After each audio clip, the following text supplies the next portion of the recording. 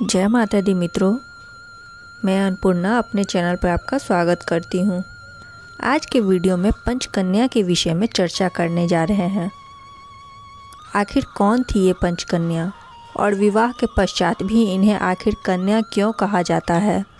क्या हुआ था इनके साथ और क्यों सुबह सुबह सोकर उठने के पश्चात सर्वप्रथम इनका नाम मात्र लेने से दिन भर आने वाली सारी विपदाएं टल जाती है?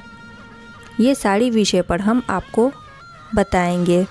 इससे पहले आपसे अनुरोध है कि मेरा वीडियो आप यदि पहली बार देख रहे हैं तो कृपया वीडियो को लाइक कर दें और चैनल को सब्सक्राइब कर दें। साथ ही बेल आइकन भी दबा दें ताकि इसी प्रकार पौराणिक कथा का आप आनंद ले सके। तो आइए मित्रों, हम वीडियो शुरू करते हैं। पहली कन्या थी अहिल्या। देवी अहिल्या की कथा का वर्णन वाल्मीकि रामायण के बालकांड में मिलता है। अहिल्या अर्थात अत्यंत ही सुंदर, सुशील और पतिव्रता नारी थी। उनका विवाह ऋषि गौतम से हुआ था। दोनों ही वन में रहकर तपस्या और ध्यान करते थे। शास्त्रों के अनुसार सचिपति इंद्र ने गौतम की पत्नी अहिल्या के साथ उस वक्त छल से दुष्कर्म किया था जब गौतम ऋषि प्रातःकाल स्नान करने आश्रम से बाहर गए थे। लेकिन जब गौतम मुनि को अनुभव हुआ कि अभी रात्रि शेष है और सुबह होने में समय है, तब वे वापस आश्रम की तरफ लौट चले। मुनि जब आश्रम के पास पहुँचे तब इंद्र उनके आश्रम से बाहर निकल रहा था। इन्होंने इंद्र को पहचान लिया। इंद्र द्वारा किए गए इस कृत्य को जानकर मुनि क्रोधित हो उठे और इंद्र तथा देवी अहिल्या को शाप दे दिया। देवी अहिल्या द्वारा बार बार क्षमा याचना करने और यह कहने पर भी कि इसमें मेरा कोई दोष नहीं है, पर गौतम मुनि ने कहा कि तुम शीला बनकर यहाँ निवास करोगी। त्रेता युग में जब भगवान विष्णु राम के रूप में अवतार लेंगे तब उनके चरण स्पर्श से ही तुम्हारा उद्धार होगा। दूसरी कन्या है द्रौपदी। कहते हैं कि द्रौपदी का जन्म यज्ञ से हुआ था, इसीलिए उसे याज्ञिनी भी कहा जाता है। द्रौपदी को पंच कन्याओं में शामिल किया गया है। द्रौपदी अत्यंत धीरजवान, पवित्र और महान महिला थी। महाभारत काल में यह 5 पांडवों की पत्नी थी। द्रौपदी के चीरहरण प्रकरण में श्री कृष्ण ने द्रौपदी की लाज बचाई। तीसरी है तारा। तारा एक अप्सरा थी जो समुद्र मंथन के दौरान निकली थी। बाली और सुषेण दोनों ही इसे अपनी पत्नी बनाना चाहते थे। उस वक्त निर्णय हुआ कि जो तारा के वामांग में खड़ा है वह उसका पति और जो दाहिने हाथ की ओर खड़ा है वह उसका पिता होगा। इस तरह बाली का विवाह तारा से हो गया। बाली के वध के बाद उसकी पत्नी तारा को बहुत दुख हुआ। तारा एक अप्सरा थी। बाली को छल से मारा गया। यह जानकर उसकी पत्नी तारा ने श्री राम को कोसा और उन्हें एक श्राप दिया। श्राप के अनुसार भगवान राम अपनी पत्नी सीता को पाने के बाद जल्द ही खो देंगे। उसने यह भी कहा कि अगले जन्म में उनकी मृत्यु उसी के पति बाली द्वारा हो जाएगी।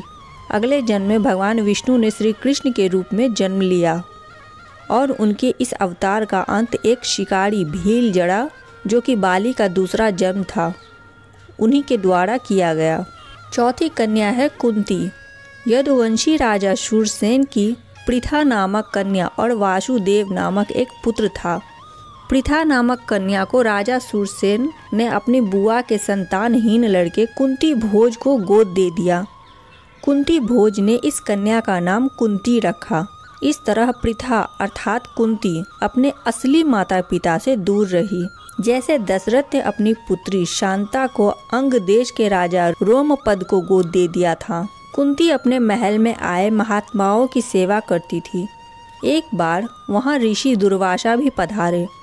कुंती की सेवा से प्रसन्न होकर दुर्वासा ने कहा, पुत्री, मैं तुम्हारी सेवा से अत्यंत प्रसन्न हूँ, अतः तुझे एक ऐसा मंत्र देता हूँ जिसके प्रयोग से तू जिस देवता का स्मरण करेगी वह तत्काल तेरे समक्ष प्रकट होकर तेरी मनोकामना पूर्ण करेगा।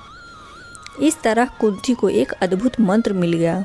कुंती का विवाह हस्तिनापुर के राजा पांडु से हुआ था। कर्ण सहित कुंती के युधिष्ठिर, अर्जुन और भीम नामक 3 और पुत्र थे। नकुल और सहदेव पांडु की दूसरी पत्नी माद्री से पुत्र थे। मंदोदरी, पांचवी कन्या मंदोदरी। पंच कन्याओं में से एक मंदोदरी को चीर कुमारी के नाम से भी जाना जाता है। मंदोदरी राक्षस राज मायासुर की पुत्री थी। रावण की पत्नी मंदोदरी की माँ हेमा एक अप्सरा थी। अप्सरा की पुत्री होने की वजह से मंदोदरी बेहद खूबसूरत थी, साथ ही वह आधी दानव भी थी। भगवान शिव के वरदान के कारण ही मंदोदरी का विवाह रावण से हुआ था।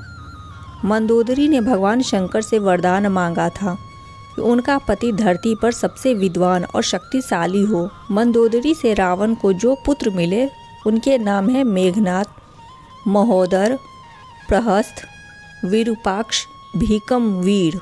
अतः मित्रों, हमने आपको 5 कन्या के विषय में बताया है, अर्थात अहिल्या ऋषि गौतम की पत्नी, द्रौपदी पांडवों की पत्नी, तारा वानर राज बाली की पत्नी, कुंती पांडवों की पत्नी तथा मंदोदरी रावण की पत्नी।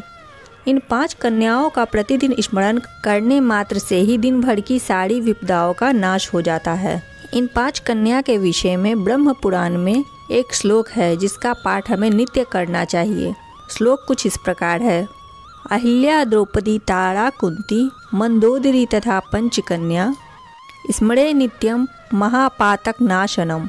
अब हमारी वीडियो यहीं समाप्त होती है। उम्मीद है कि आपको मेरी वीडियो ज़रूर पसंद आएगी। अब मिलते हैं ऐसे ही पौराणिक कथा के साथ अगले वीडियो में। के लिए धन्यवाद।